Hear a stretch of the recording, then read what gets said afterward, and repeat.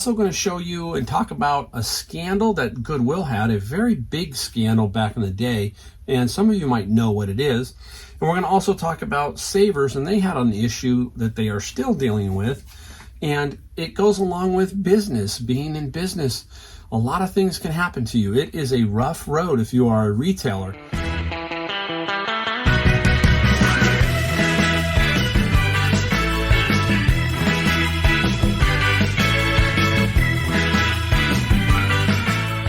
Hey everybody, Mike, the Golden State Picker in the garage with a interesting video today. We're going to do some comparison of Goodwill to Savers, or as you want to say, Savers to Goodwill. Either way, we're going to compare the two business models. We're going to talk a little bit about how they do things and how I look at them as a reseller so that I can try and make my time worth the most money. Where do I spend my time? Which store is my favorite as far as trying to find something, and how I work each store a little bit. Some kind of just little secrets that not super secrets, but just how I think when I'm out there trying to find stuff to resell, okay?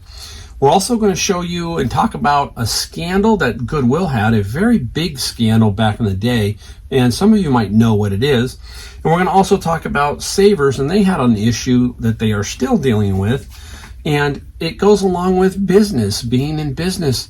A lot of things can happen to you. It is a rough road if you are a retailer. Sometimes it can get bumpy. There can be a lot of potholes in the road. I know that. I have had my share of problems when I was doing full-on retail and I had an actual physical location. So we're going to talk about that and just talk about reselling in general. But first, it's time. If you're new to the channel, boom, we're giving away Atomic Habits. So what's that mean? First in wins. First person to put a comment down below is going to win Atomic Habits. I have one copy. I will then check my comments, and the first person in, I'm going to send you a message, and I'm going to tell you, hey, go to my email, send me your address. I'll send you this free of charge. So first in wins. Now, people keep saying, I want to win. Please, if you've won before, don't try and win again. And also, a way to kind of get on top of this is to hit the notification button. So when you see a video of mine pop up, you'll go at it real quick. You might be able to get one of these because I get them, and I do give them away for free, and I pay for shipping and everything. So hit the notification and the subscribe button to get notified when the video pops up. Yeah, take a drink. All right, let's get right into Goodwill and Savers. Something I found interesting when I started to dig a little bit is some of the things I found out about each company. And I found out a couple of interesting things too about Goodwill. And we'll go through that right now. First off, I'm going to tell you about the size of each company and the difference between each company, because there is differences between both. And the first one that's different is Goodwill is nonprofit and Savers is for-profit. Huge difference, tax structure-wise, all that kind of stuff. So very, very different. So let's take a look at Goodwill.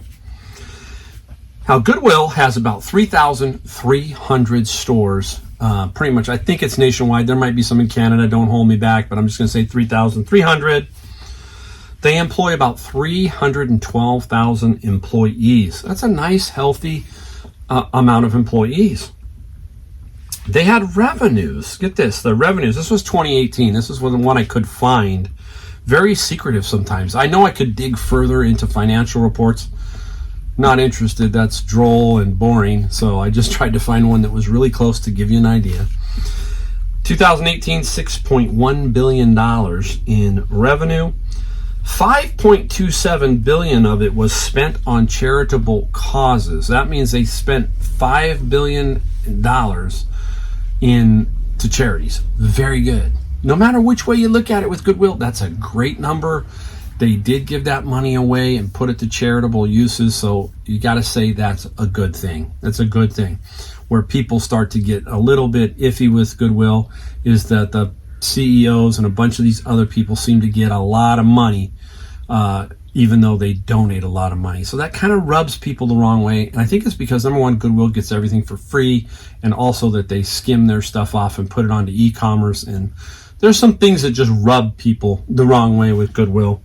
I'm sure there's the same thing with Savers, but in general. All right. Now, what is interesting about Goodwill, and I'm supposing most people don't know this, is they have 150 plus Goodwill organizations in the U.S., each individually managed by a local CEO and volunteer board of directors. Interesting, right? So they have assigned 150, let's say, districts, okay? And I'm in one of them, let's say San Jose, and they have assigned CEOs. That's what they call them. They've given them titles. You know, that's the thing, right? With titles, it's kind of like when somebody hands you a business card and he goes, oh, hey, I'm the vice president of operations. Well, you find out that company, Facebook, has 500 of those people. You know, it's kind of a watered down thing now. It's like everybody's got a business card and everybody's got a title. Everybody wants a title. I remember back in the day when somebody handed you a card and it said vice president, it was like, oh, okay, this guy's a little more important. Seems to have gotten watered down. But here's a watering down because this is confusing. So 150 organizations, and they're all managed by a local CEO. So there's 150 CEOs of these local organizations, and they get a salary, and below them they have presidents and vice presidents, and you see how it now all these salaries start to trickle down, right? But doesn't get to the very bottom.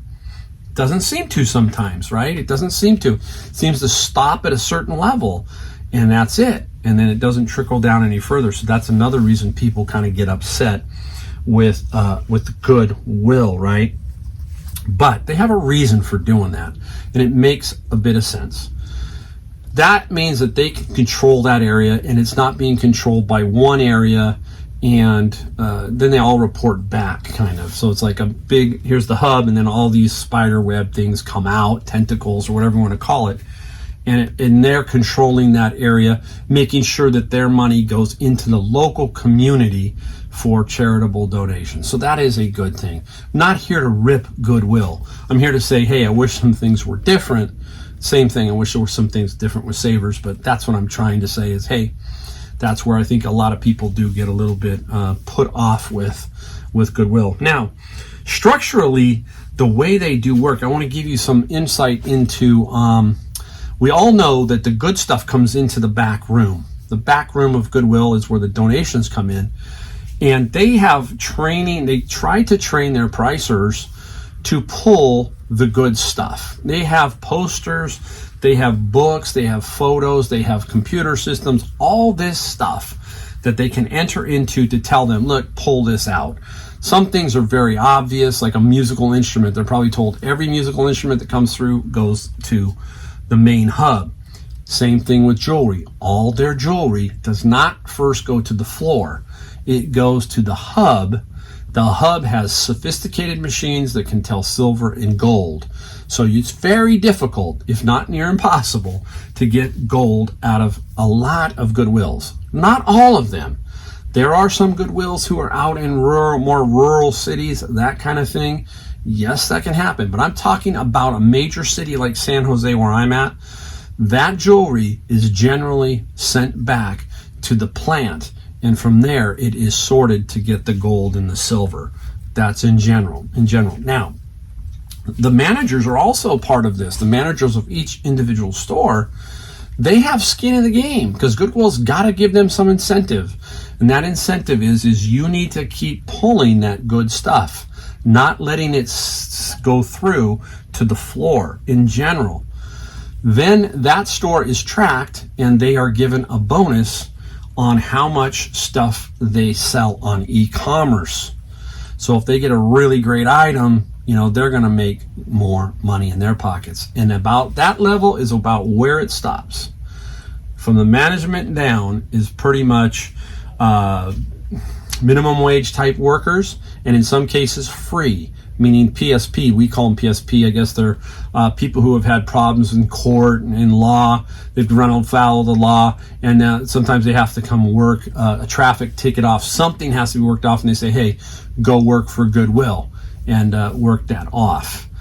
So there's all kinds of this stuff that goes on with these non-profit type charities that we sometimes take for granted or don't see. And Goodwill, they have a little bit of interesting fiber going on, okay? All right, let's hop over and let's give ourselves a look at Savers and see just the difference in Savers in a little bit. First off, Savers is a private company currently. They did file in December of 2021 to go public, which means they want to be traded on the stock exchange. I think their symbol is going to be SVV, I think is what it's going to be. Saver Value Village. They have two.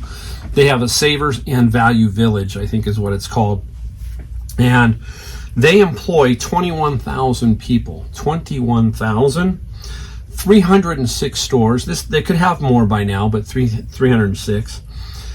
They did about 834 million, not billion, $834 million in business this particular year. I took this from, I'm not positive if it was not 19 or 20, 2019, I mean, 1920? No. Whew. But anyhow, they also give you an interesting stat, and that stat is 860 million pounds of donations. You say, why do they do that? And I'll tell you in a second why they do that. So they are not quite as big as Goodwill, okay? But if you compared their almost $1 billion in revenue out of 306 stores compared to Goodwill, 3,300 stores doing a 6.1 billion.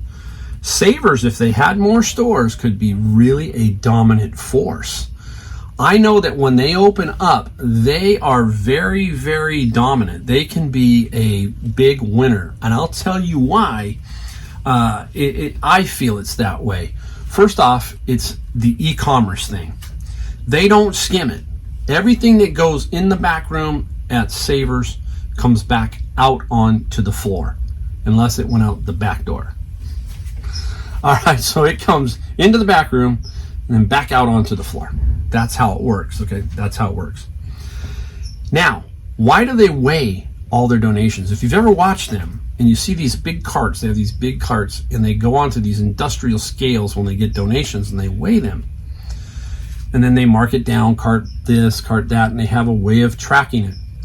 That's because they pay their donations to charities through weight. So they want to know exactly how much poundage has come in. And from there, that money, they might pay X dollars a pound, and they have that, and they say, okay, this goes to X charity, to their charities. So they are charitable, but not in the essence of like a Goodwill. Remember, they are for profit, so at least they give something.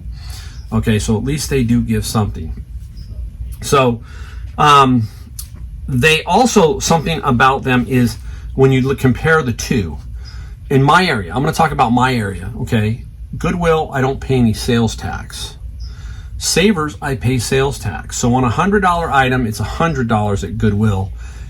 And if I go to Savers, it's about $109. Okay, so I'm paying about 9%. So 9% tax. So that is a big difference. Now, you can offset that at Savers. And how you can do that is Savers offers a coupon. If you donate something, they'll give you a 20% off your purchase. I think it's up to $100. Really a good deal. So I use those all the time. I'll donate a book, some books. I'll donate something that I'm not using. I'll donate it back. I'll get a coupon and I'll use the 20% off. Now, they both offer a Senior Tuesday. Goodwill is 10% off on Senior Tuesday. Savers is 30% off for the gray-haired people. Like me. I just turned 60. So I get 30% off on Tuesdays. So there is a big advantage there. I feel that really offsets Goodwill because I know every day I go into Savers, I'm going to take 20% off the tag, no matter what, because I've got a coupon. And on Tuesdays, I'm going to take 30% off. So that plays a factor. That plays a huge factor. Now, some people say you can use, there's another portion of the coupon where you get another $2 off if you fill it out. I haven't quite done that.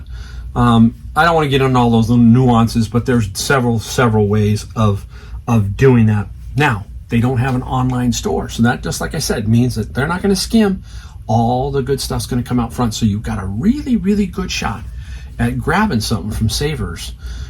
If the stuff is being donated, that's the key. If the stuff is being donated.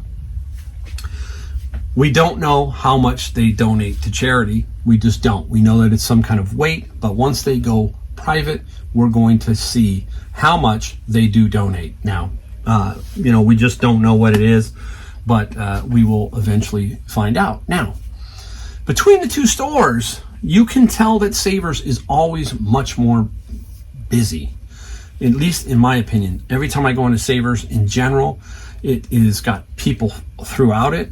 Goodwill does, but not nearly like the Savers does. Savers has a huge following, huge clientele, especially just after COVID. You had lines going out the door. So I feel that Savers has a better overall vibe to it compared to Goodwill. Goodwill to me seems to just be run down sometimes.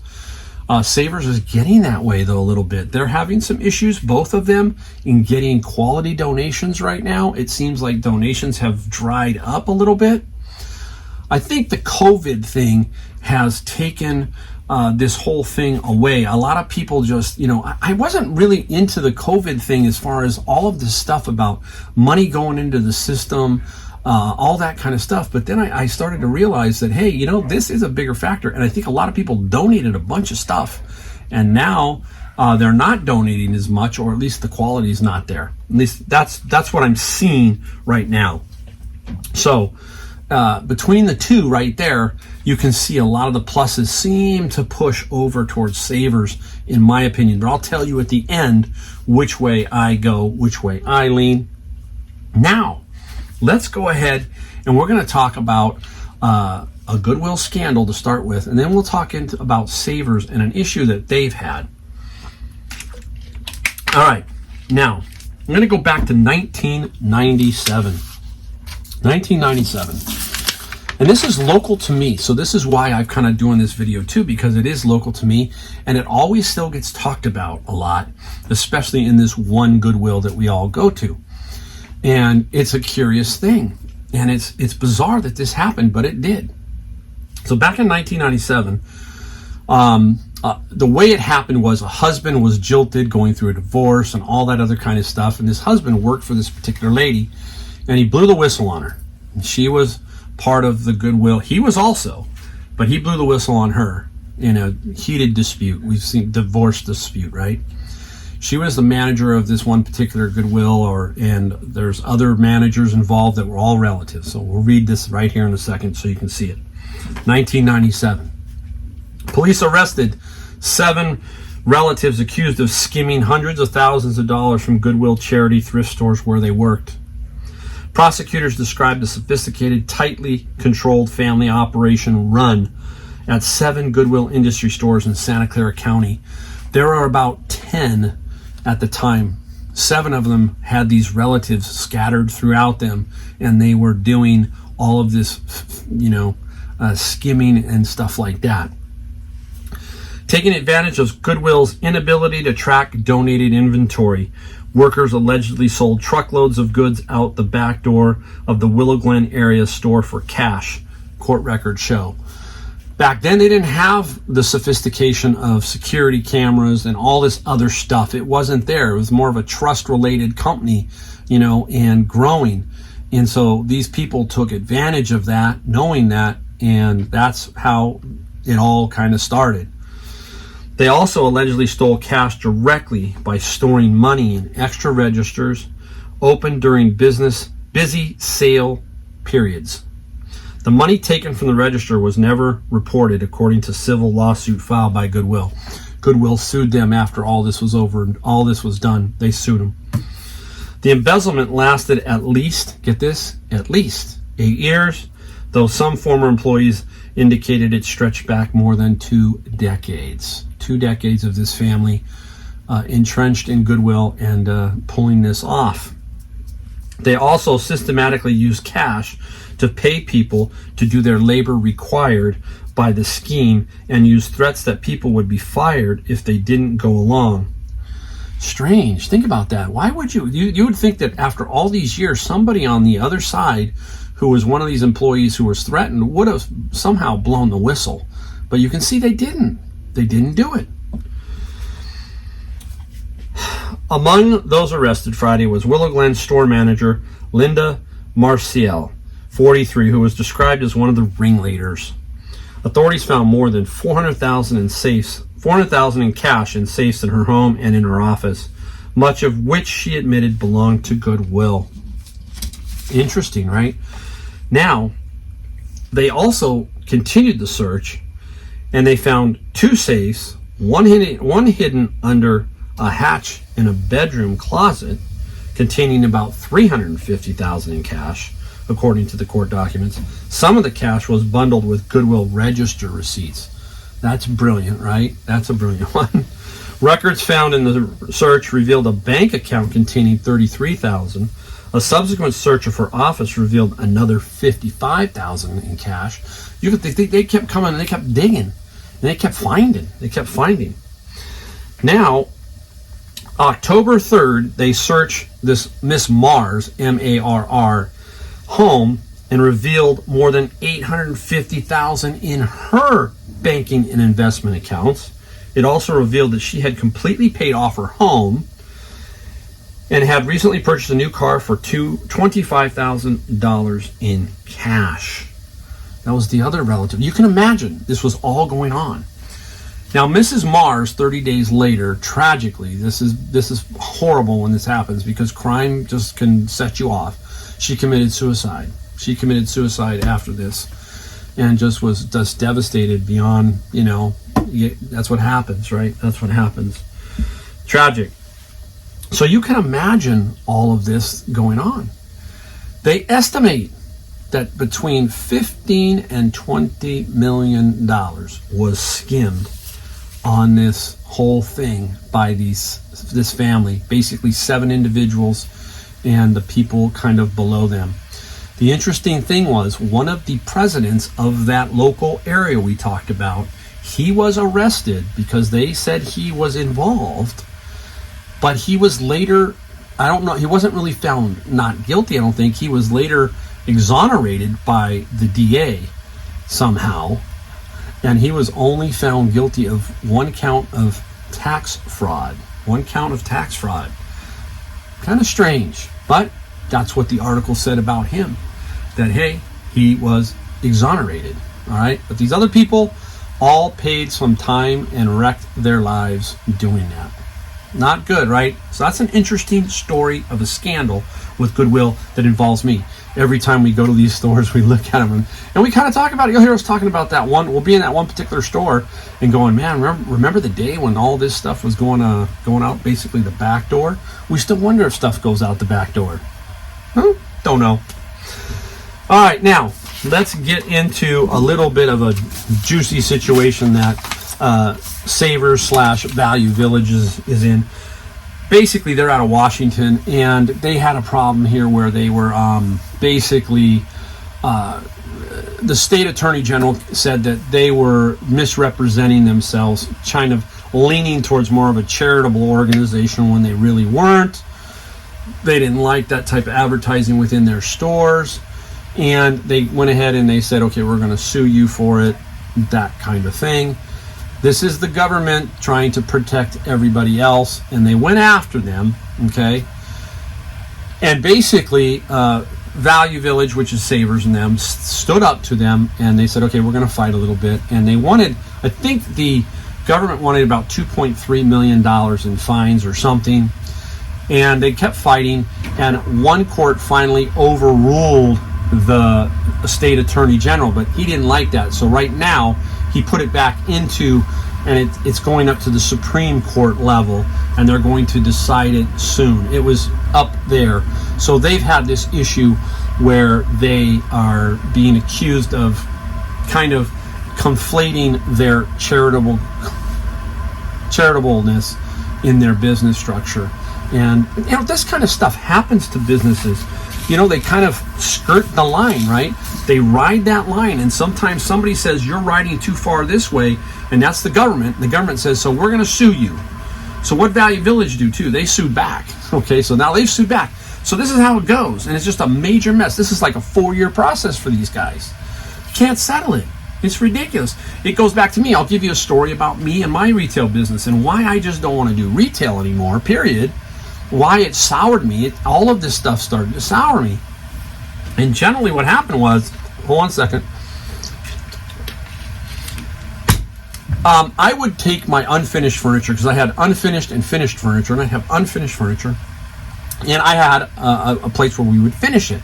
So somebody come in and say, hey, I want that dresser to be white. We would paint it white. And I did that for a long time. And all of a sudden, one day, a gentleman walks into my store and he says, hey, Mike, I'm with the State Board of Equalization.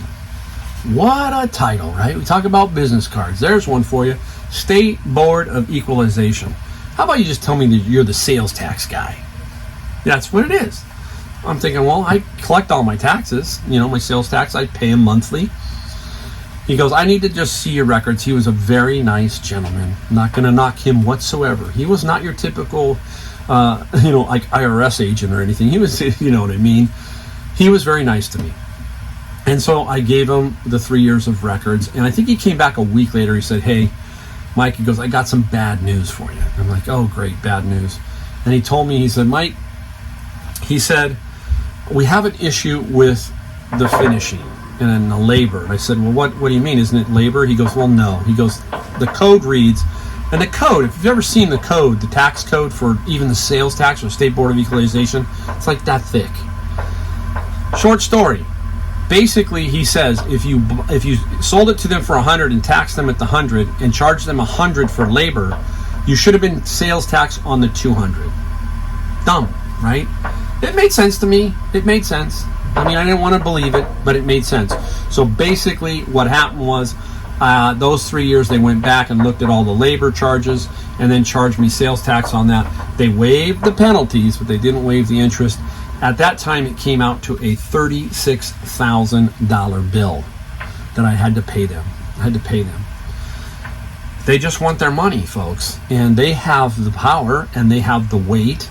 And it's very difficult when you are a small business to fight or to make an argument against it, because the system is the system, okay? And that's what happens here with people like Value Village. They have a little bit more money. They don't want to burn millions of dollars with attorneys. And that's why people in this country are at least you hear business people talking about it. They want government off their back. Yeah, there's a lot of nefarious people out there, but 99% of all businesses are small businesses like ours. Resellers, sandwich shops, you know what I'm talking about. And those people are the ones that, hey, protect these people. We're the ones who employ 5, 6, 7 people at a time. We keep the neighborhoods going, all that kind of stuff, Yet we have the burden is so hard on that type of retail business, and it makes you just not want to do it. I mean, I had so many small regulations on my store that it just was no fun anymore. You've heard me talk about that. When it became no fun, what time was it?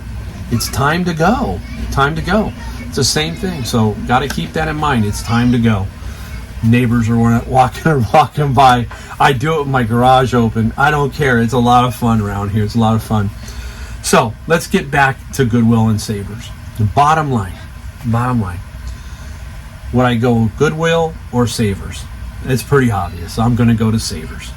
Savers gives me the best chance overall, with the ability to go get the donation, the ability to have everything come through the front, nothing to be skimmed. And it's proven time and time again with me that most of my stuff comes from Savers. I do get stuff from Goodwill. I'm not going to knock it, but I know going into Goodwill that I'm already a little bit behind the 8 ball. Whereas at Savers, there's always the chance of stuff coming out through the front. That's what I mean. So it's always a good chance of stuff hitting the floor. It's my personal choice. Hopefully I hear from you what your choice is, Savers, or if you've got another one. There are some other thrift stores out there, but let me know. Let me know which one you like in the comments down below. Hopefully that gave you just a little flavor of how I think about Savers and Goodwill, and maybe clarify some things if you do not know the difference between the two and how they operate. I probably missed a few things, but that's okay. Not the end of the world. It gives you the flavor of what's going on. All right, guys. Hey, don't forget, if you are the first in, be looking for me to comment to you so that you can get that Atomic Habits book. All right? We will see you in the